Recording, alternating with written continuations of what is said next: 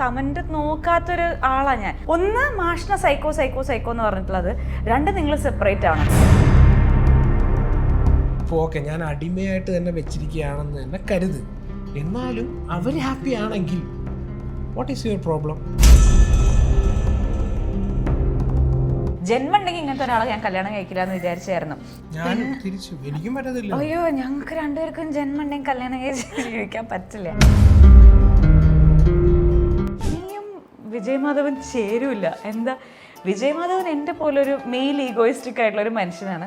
നിനക്ക് അങ്ങനത്തെ ഒരാളെ കല്യാണം കഴിച്ചാൽ മൂന്നാമത്തെ ദിവസം നീ വീട്ടിൽ വന്ന് ഇരിക്കുകയുള്ളൂ. അപ്പൊ ഞാൻ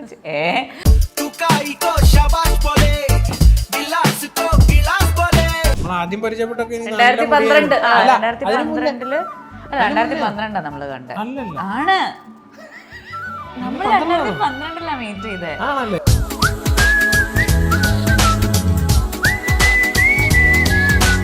പണ്ട് ഞാൻ നന്നായിട്ട് കഷ്ടപ്പെടുമായിരുന്നു, ഇങ്ങനെ ചാടി ഓടി നടക്കുമായിരുന്നു.